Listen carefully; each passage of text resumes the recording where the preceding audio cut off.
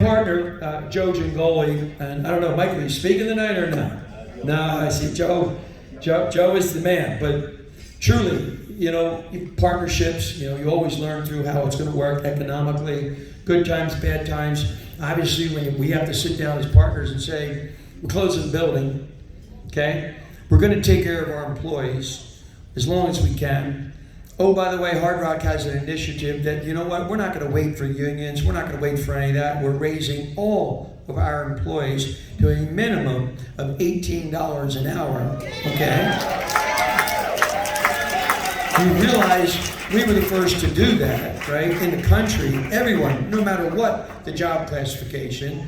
People talk about, well, they're going to raise it from $9 an hour to 11 or whatever. I sat down and said, does anybody here live? Do you know what it's like to live on $12 an hour? Like, do me a favor. Let's figure it out. Let's look at rent in each geographic. Let's see how many buses people are taking to work. Let's see how many single moms or single dads are at home with children, right? So we said to heck with it. We had a good year. We spent $140 million right off the bottom line to raise every employee. They're our partner. This isn't like we own 90% and they own 10. It's 55-45. First guys and Jacks say, let's do it. Let's take care of our employees, right? And any time that we've had to navigate through some challenges with business, we've been able to do it. Put those relationships aside. The thing I'm most impressed with Joe is his commitment to helping others. And he certainly is going to talk about that. But make no mistake, there's a lot of people that are alive today, and he certainly stayed one of my best friends by stepping in, helping them deal with some personal challenges and moving forward. Ladies and gentlemen of Atlantic City, please welcome one of the owners of Hard Rock Atlantic City, Joe Jingoli.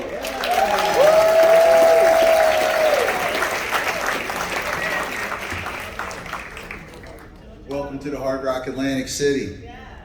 And we certainly couldn't be the Hard Rock Atlantic City without you, Atlantic City.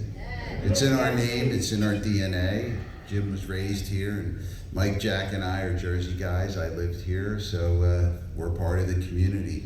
Bishop Washington, thank you for opening up your home to us so many times over the years. And we're really happy we could invite you to our home. That's what neighbors do. That's what people who are part of a community do. I'd like to start off with a quote that I always like to find a quote, and there's a Father Greg Boyle, and he wrote a book called Tattoos on the Heart. And he started Homeboy and Homegirl networks, and I don't know if anybody knows about that, but it's worth looking up. And he's one of the people that I sort of study and I try to follow.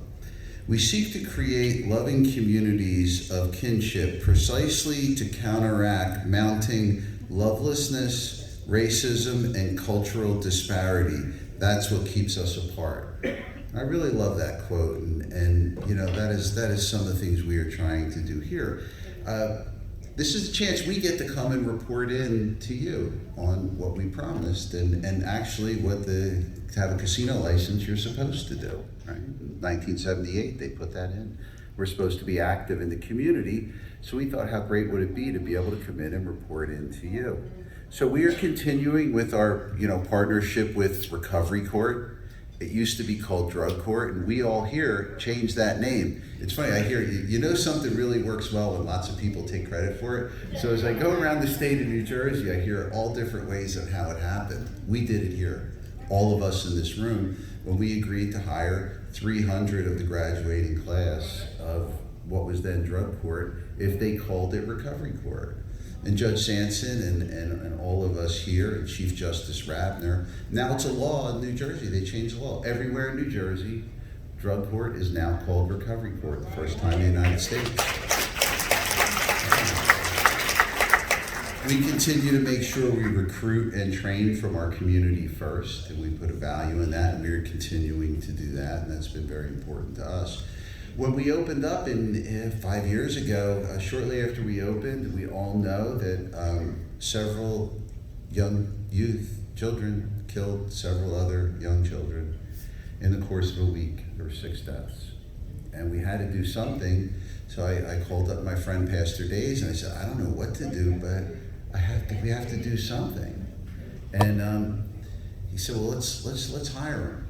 So we hired 10 kids from each group, and I called up Jim and my brother and Jack Morris, and they said, just Joe, go, just tell us how much it is. And so we did. And when COVID hit, we were over 100. And I wanted to report in that since COVID, the Leadership and Training Program is now its own 501c3. This year, we will employ over 300 youth in the city of Atlantic City.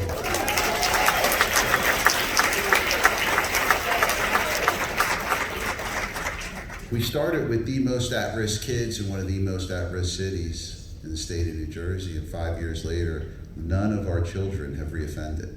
None. They were right. So we took the counterintuitive kind of thought and said, what if they're right and everybody else is wrong? And what they had said to us is, all we need is opportunity. We gave them opportunity, and we have a successful program. The governor and the first lady support it. CRDA has funded us, very well, and we put up I don't always tell them how much, so I don't want to. They keep writing out the checks, and I'm hoping nobody does the math. But Jim and my brother and Jack Morris have never said no. They can't write the check out fast enough, and so I get to report it to them that it's working. And Ambrose Gray is here. He's our executive director. We now have a full-time person to provide some mental health care, and there's no shame in that. I do it myself from time to time over the last 38 years, and so far so good. It's working. I think it's a good thing. So we're open a few years. We're rolling. We're moving up. The food chain. We're number 2. We're sweating Borgata, and we have a global pandemic, and we have to shut the doors on the building that we just put all this money in just when things start going good. The Hard Rock team of the Seminole Tribe of Florida and us supported our employees, but what we found out was that 2 weeks into the pandemic, and what was supposed to be the greatest economy man had ever known, the frontline workers were food insecure. They weren't hungry, they were afraid of being hungry. And so casino workers from this industry were now going to the food banks in our city and in our county, and what was happening was the people who were traditionally being fed from the food banks now couldn't get there.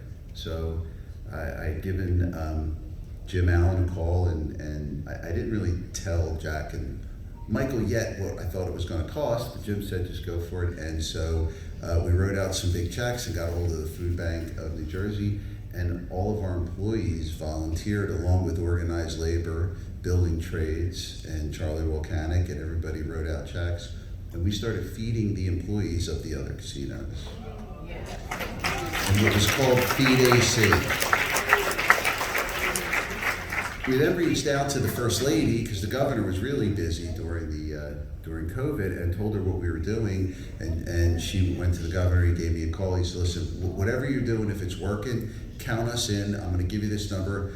Call up Casino Redevelopment Authority and tell us what you need, and the food bank. And so that program fed 2,000 people every week, non-perishable meals, taking turns from the different casinos, and we all volunteered.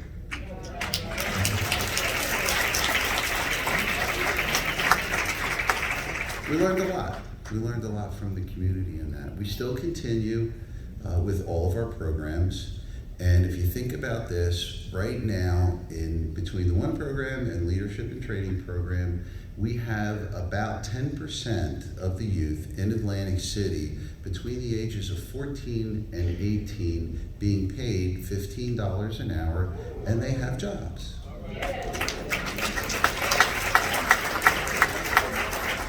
We're coordinating with the school board, and one of the things, which, I know we're not supposed to say at-risk youth anymore, but I'm an at-risk adult.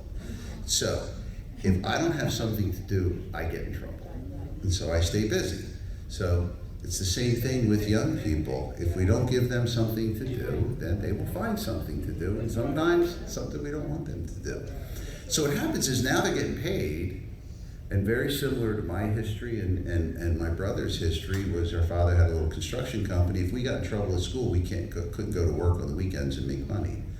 So we've now coordinated with the school board, so when our kids from our lit program get in a little trouble at school, they can call over to Ambrose, and when they come into work, they go, oh, can't work today. Your teacher called.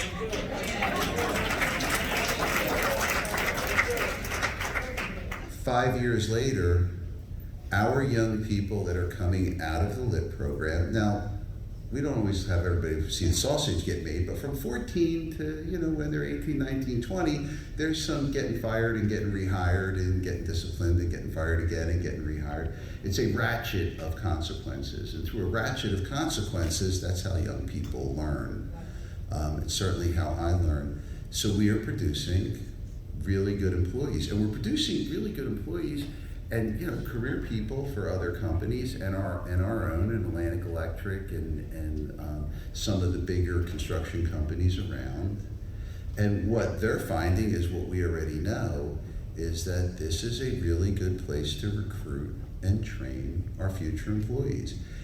And they're a little different than, say, what we're seeing in, I speak a lot on retention with the new generation of young people who are they're not very sticky. They don't usually stay in companies very long. That's not the case with our young people.